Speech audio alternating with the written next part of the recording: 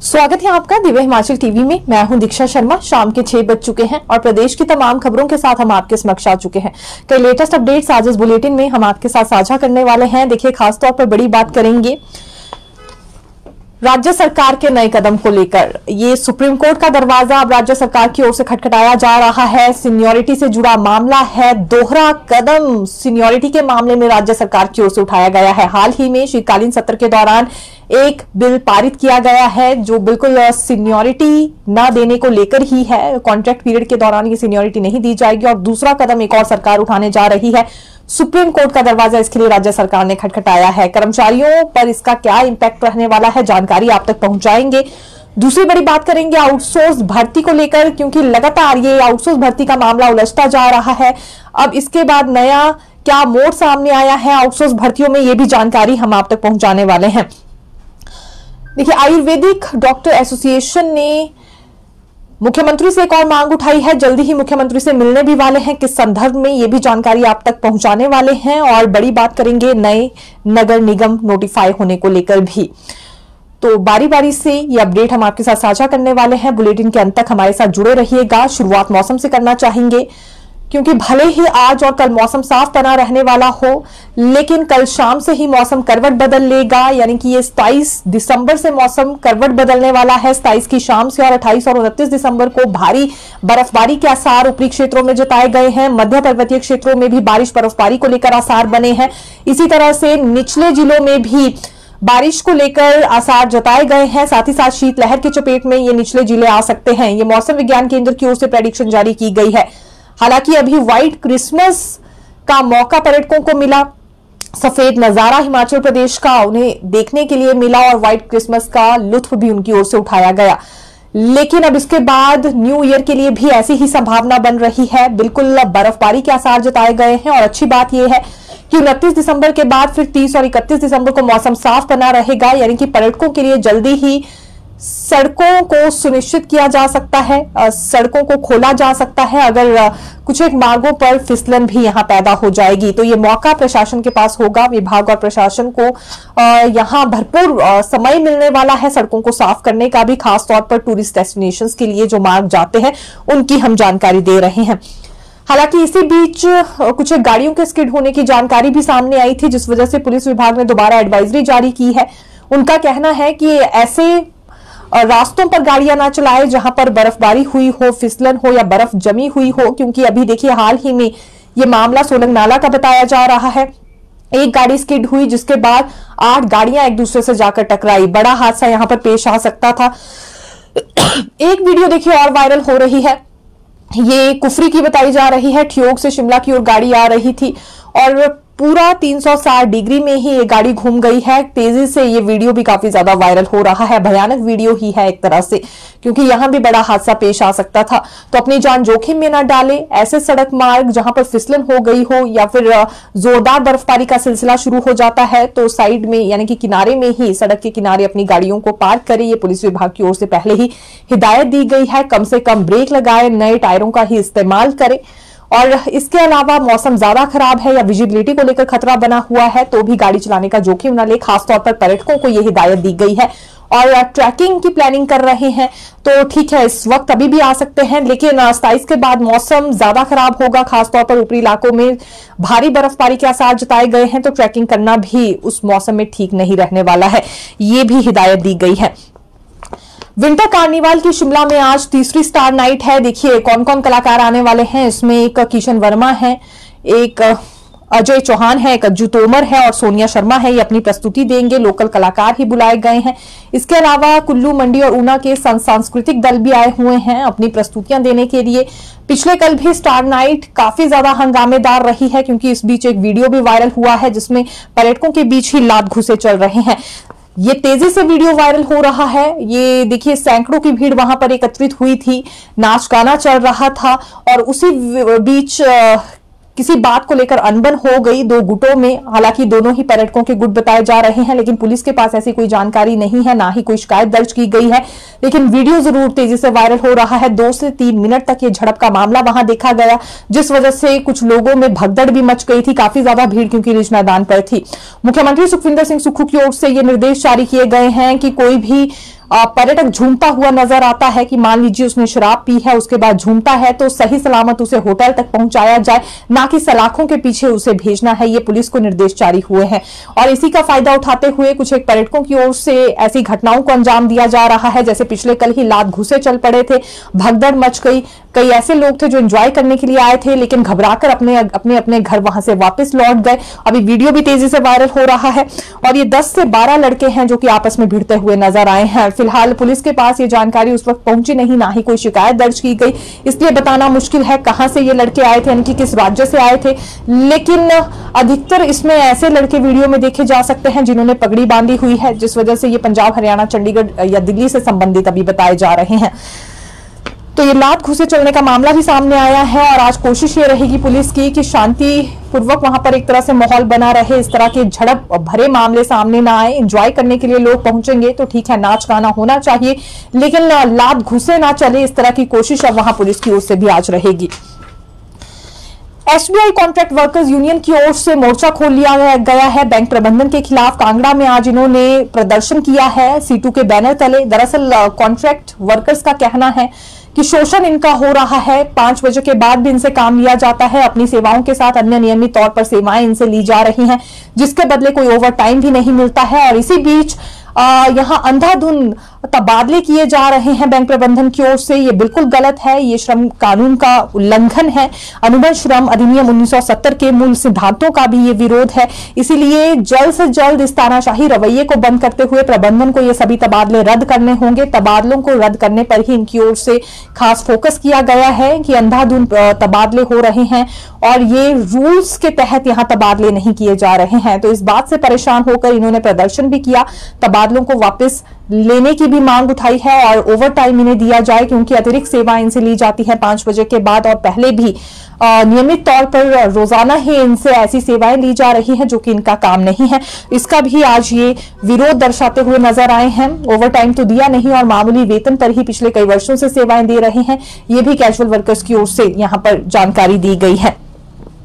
देखिए, पांवटा साहिब में बीते कल एक बड़ी घटना पेश आ गई थी। गोदाम में आग लगने का मामला सामने आया था। गोदाम अली ट्रेडर्स के नाम से बताया जा रहा है। हालांकि एक कबाड़ खाना है जहां पर आग कुछ इस तरह से भड़क गई, 4 महिलाएं इसकी चपेट में आ गई और एक 4 वर्षीय बच्ची जिंदा ही जल गई है। हालांकि चारों महिलाओं में एक महिला गंभीर रूप से भी जल गई है। 25% शरीर महिला का जला है, इसे पीजीआई रेफर कर दिया गया था। अन्य महिलाओं का उपचार सिविल अस्पताल में ही चल रहा है। लेकिन परिजनों ने यहां पर कुछ एक सवाल उठाए हैं और जांच में यह भी पता चला है कि इस गोदाम में एक प्लास्टिक का कारखाना भी खोला गया है। तो आखिरकार किसकी इजाजत से यह प्लास्टिक का कारखाना वहां पर शुरू किया गया था, क्योंकि इसमें प्रदूषण नियंत्रण बोर्ड की भी सहमति नहीं है, अनुमति एक तरह से नहीं ली गई है। दूसरी बात कि इलेक्ट्रिसिटी कनेक्शन कैसे इस गोदाम को मिल गया, ये भी परिजनों ने और अन्य स्थानीय लोगों ने सवाल उठाए हैं। ग्रामीण आबादी के बीच इस तरह के कारखाने शुरू कर दिए जाते हैं और कोई भी विभाग सुध नहीं लेता है, ना इनके ऊपर कोई चेकअप करता है और कोई जांच इनके ऊपर नहीं रखी जाती है कि किस तरह से काम किया जा रहा है और किस काम को ये अंजाम दे रहे हैं। तो यहां भी परिजनों की ओर से और स्थानीय लोगों की ओर से कई तरह के सवाल उठाए गए हैं। जल्द से जल्द जांच की जाए ये गोदाम किसका है, क्योंकि जिन लोगों का गोदाम है अली ट्रेडर्स के नाम से बताया जा रहा है वो मौके पर भी मौजूद नहीं है। फौरी राहत के तौर पर भी महिलाओं को और इनके परिजनों को कुछ नहीं दिया गया है। जिंदा बच्ची जल गई है 4 साल की, लेकिन कोई भी नेता तक उनसे वहां मिलने नहीं गया, कोई अधिकारी मिलने नहीं गया, ना विभाग की ओर से कोई संज्ञान लिया जा रहा है।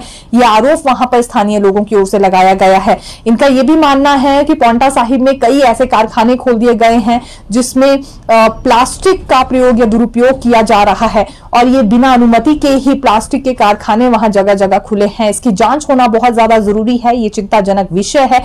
ये भी ग्रामीणों की ओर से आज वहां पर तर्क दिए गए हैं। मुख्यमंत्री सुखविंदर सिंह सुक्खू कर्नाटक के बेलगावी में कांग्रेस वर्किंग कमेटी की बैठक में शामिल हुए हैं और देखिए बैठक अभी चल ही रही थी। हालांकि इसमें सोनिया गांधी और प्रियंका गांधी वाड्रा दोनों ही मौजूद नहीं रही। राहुल गांधी ने जरूर इस मीटिंग में भाग लिया है। कई बड़े मुद्दों को लेकर चर्चा हुई है और नई रणनीति भी इसमें कांग्रेस की ओर से तैयार की गई है। अब महात्मा गांधी के रास्ते पर ही कांग्रेस चलने वाली है, ये तर्क यहाँ कांग्रेस के नेताओं की ओर से दिए जा रहे हैं। हालांकि बड़ी बात यह है कि प्रतिभा सिंह भी इस मीटिंग में शामिल होने के लिए गई है और डेप्यूटी सीएम मुकेश अग्निहोत्री भी गए हैं।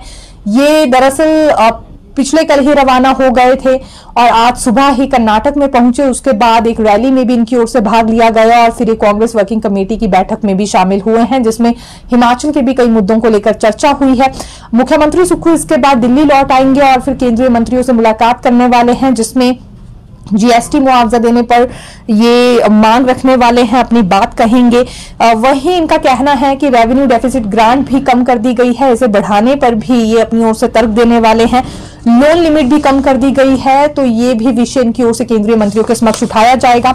लेकिन क्या आप जानते हैं, ये जो कांग्रेस वर्किंग कमेटी की बैठक हुई है काफी ज्यादा महत्वपूर्ण मानी जा रही है पीसीसी के गठन के लिए भी। अभी प्रदेश कांग्रेस कमेटी को भंग कर दिया गया है, लेकिन जल्दी ही इसका गठन हो सकता है और हिमाचल की पीसीसी को लेकर भी इसमें चर्चा हुई है, ये माना जा रहा है। प्रतिभा सिंह की ओर से कुछ फीडबैक्स भी दी गई हैं। बड़ी जानकारी ये है कि हो सकता है यहां कार्यकारी अध्यक्ष का फॉर्मूला ही युवा कांग्रेस की कार्यकारिणी में अपनाया जाए। ये हालांकि चर्चा जरूर है, लेकिन जब गठन होगा तभी सही से यहां जानकारी हो पाएगी, मिल पाएगी और इसकी पुष्टि भी हो पाएगी।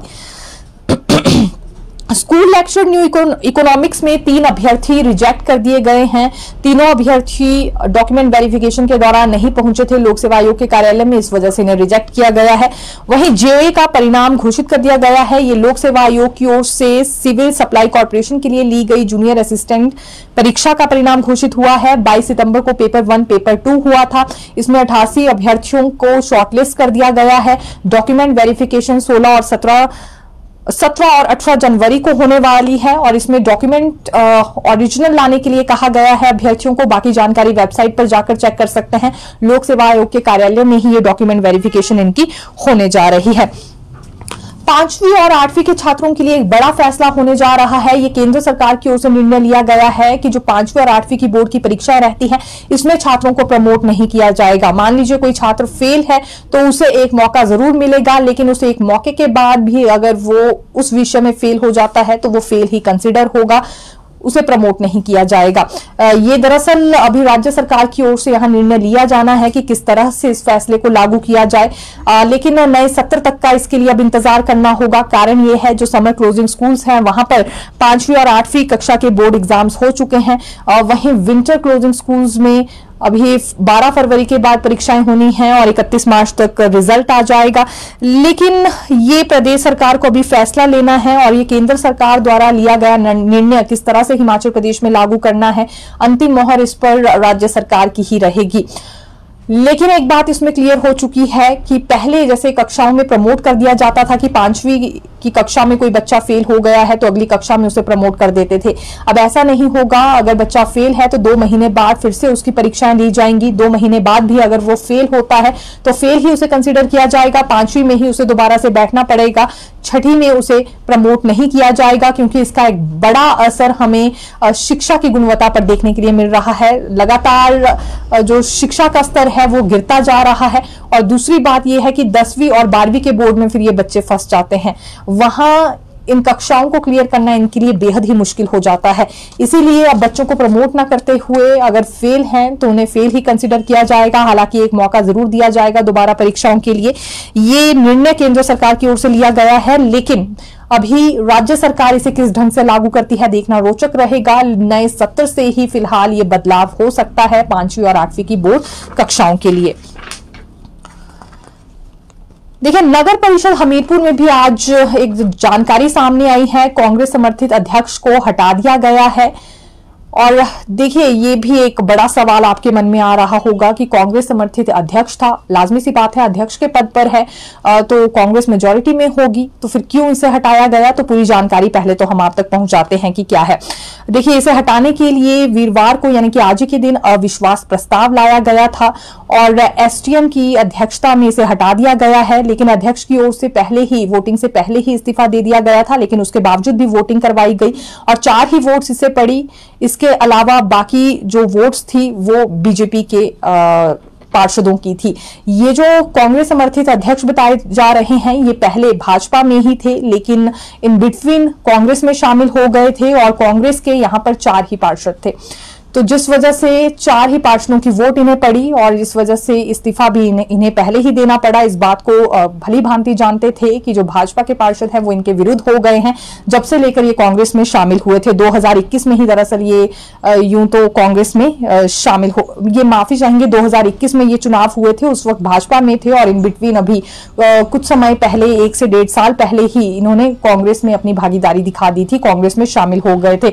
1.5 साल से भाजपा के पार्षदों की ओर से यह रणनीति तैयार की जा रही थी कि इस पद से इन्हें हटाना है और इन्होंने भाजपा के साथ दगाबाजी की है।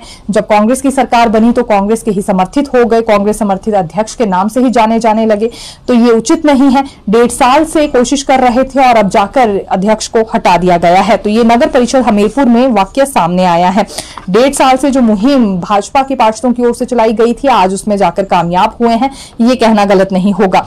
सीनियरिटी पर देखिए डबल फैसला एक तरह से सरकार लेने जा रही है, यानी कि दोहरे कदम सरकार की ओर से उठाए जा रहे हैं। अभी शीतकालीन सत्र के दौरान एक बिल पास किया गया है जिसमें स्पष्ट ये बात हुई है कि कॉन्ट्रैक्ट की अवधि में सीनियरिटी और वित्तीय लाभ नहीं दिए जाएंगे। हालांकि अभी राजभवन ये बिल नहीं पहुंचा है और अंतिम मंजूरी राजभवन से ही मिलने वाली है, इसी वजह से कर्मचारियों की नजर भी राजभवन पर है। लेकिन इसके अलावा सुप्रीम कोर्ट का दरवाजा भी राज्य सरकार की ओर से खटखटाया गया है। ये ताज मोहम्मद और लेखराम केस में सुप्रीम कोर्ट जा रही है। राज्य सरकार इसके लिए सिविल सप्लाई विभाग की ओर से याचिका दाखिल कर दी गई है। जल्दी ही केस लिस्ट हो जाएगा। जैसे ही ये केस लिस्ट होता है तो पत्र जारी किया जाएगा राज्य सरकार की ओर से सीनियरिटी रोकने पर, वरिष्ठता को रोकने पर पत्र जारी किया जा रहा है। तो एक तरह से ये दोहरा कदम उठाया गया है सीनियरिटी केस में सरकार की ओर से। कॉन्ट्रैक्ट अवधि में भी सीनियरिटी और वित्तीय लाभ नहीं दिए जाएंगे और इसके अलावा जो लोग कोर्ट का दरवाजा खटखटाने गए भी थे, जिन केसेस में या फिर दे भी दी गई है सीनियरिटी और वित्तीय लाभ, वो भी अपनी रिकवरी को लेकर काफी ज्यादा घबराए हुए हैं। इसके अलावा वरिष्ठता को लेकर अभी प्रक्रिया चल ही रही थी। अब ये भी डर सता रहा है कि कहीं ऐसा ना हो ये प्रक्रिया भी प्रभावित हो जाए। कर्मचारियों की ओर से लगातार इसे लेकर विरोध जताया जा रहा है। विभिन्न कर्मचारी संगठन सामने आ गए हैं जिनका कहना है कि कर्मचारियों का गला घोटने जैसा ये है।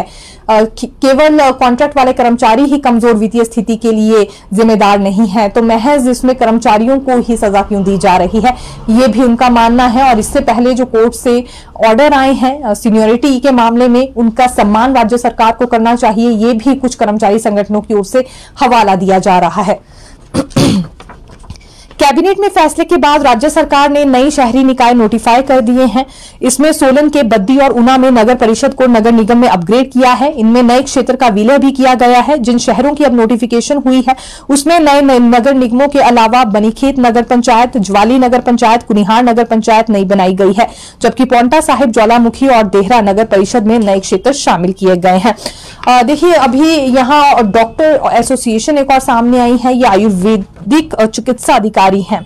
आयुर्वेदिक चिकित्सा अधिकारियों का कहना है कि जिस प्रकार का लाभ एलोपैथी डॉक्टर्स को दिया गया है कि अध्ययन अवकाश में भी उन्हें पूर्ण वेतन दिया जाएगा, यही लाभ उन्हें भी दिया जाए। क्योंकि इससे पहले ये जब मुख्यमंत्री से मिले थे 2 नवंबर को, तो आश्वासन इन्हें दिया गया था कि एलोपैथी डॉक्टर्स के बराबर ही इन्हें दर्जा भी दिया जाएगा और एलोपैथी डॉक्टर्स के बराबर ही सभी सुविधाएं मिलेंगी। तो ऐसे में जो एलोपैथी डॉक्टर्स के लिए फैसला लिया गया है उसका ये स्वागत करते हैं, क्योंकि अध्ययन अवकाश दिया जा रहा है स्नातकोत्तर के लिए। और इसके अलावा दूसरी बड़ी बात यह कि पूर्ण रूप से वेतन भी उन्हें मिलने वाला है। पहले वेतन का 40% हिस्सा ही मिलता था, लेकिन पूर्ण वेतन देने पर सरकार ने फैसला लिया है। ये स्वागत करते हैं इस निर्णय का, लेकिन इनके वर्ग को यानी कि इनकी कैटेगरी को भी ये लाभ मिलना चाहिए। तो आयुष डॉक्टर्स अब रणनीति तैयार कर रहे हैं कि कब मुख्यमंत्री से मिलेंगे और इस बात को मुख्यमंत्री के समक्ष रखने वाले हैं। आउटसोर्स भर्तियां और ज्यादा उलझती हुई नजर आ रही हैं।